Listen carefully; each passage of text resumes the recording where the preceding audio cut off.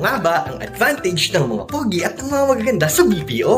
Una, priority sa support. Yung tipong kahit ang dami yung nakataas na kamay na nagtatanong, ikaw lang yung nakita, ikaw lang yung isang support, yung iba mamaya na sila, hindi sila priority. Pangalawa, yung coaching. Putang ina, pag ikaw yung kino-coach isang oras, pag kami 10-15 minutes, balik ka na, take-in calls. Pang-apat, auto-approve ang PTO niyan. Kahit emergency PTO pa yan. Kami puta, 2 linggo kami nag-request ng PTO. Denied, ikaw approve. Pang-anim, kapag nagsabing may sakit, hindi makakapasok, ang sagot ni TL, get well soon. Pag kami nasa ER na, makakapag half day ka ba? Next is, priority sa promotion, kahit bobo.